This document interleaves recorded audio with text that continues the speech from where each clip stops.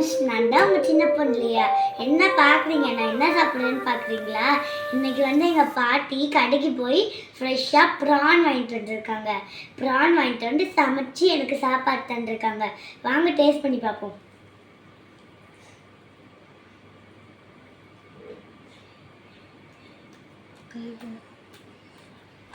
சூப்பராக இருக்குது. இது கூட ஏதாவது ஃப்ரை கூட கொடுத்துருக்காங்க. இதுவும் நம்ம டேஸ்ட் பண்ணி பார்க்கலாம். இதுவும் செம்மையாக இருக்குது. முட்டையும் இருக்குது.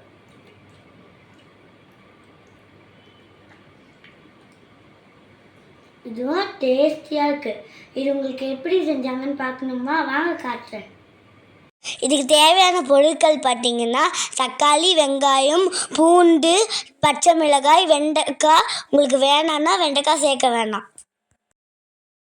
ஃபஸ்ட்டு அடுப்பில் பாத்திரத்தை வச்சு பாத்திரத்தை கொஞ்ச நேரம் காய விடணும். அப்புறம் எண்ணெய் ஊற்றி தாளிப்பு போடணும். இப்போ நம்ம கட் பண்ணி வச்சிருந்த வெஜிடபிள்ஸ்லாம் அதில் ஆட் பண்ணணும். அப்புறம் எங்கள் பாட்டி காசிமேலேருந்து எறா வாங்கிட்டு வந்தாங்க. அதையும் நம்ம ஆட் பண்ணிக்கலாம்.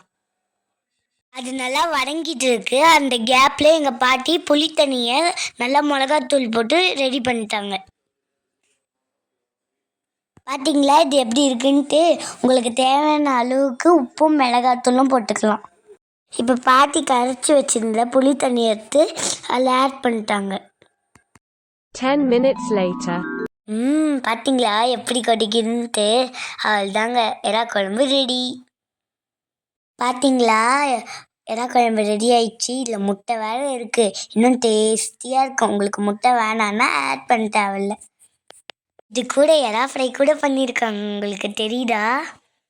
பார்க்கறதுக்கே யம்மியாக இருக்குது. இது உங்களுக்கு எப்படி செய்கிறாங்கன்னு காட்டணுமா? அடுத்த வீடியோவில் காட்டுறேன். இந்த வீடியோ உங்களுக்கு பிடிச்சிருந்தா லைக் பண்ணுங்கள், கமெண்ட் பண்ணுங்கள், ஷேர் பண்ணுங்கள். மறக்காமல் சப்ஸ்கிரைப் பண்ணுங்கள். பாய்.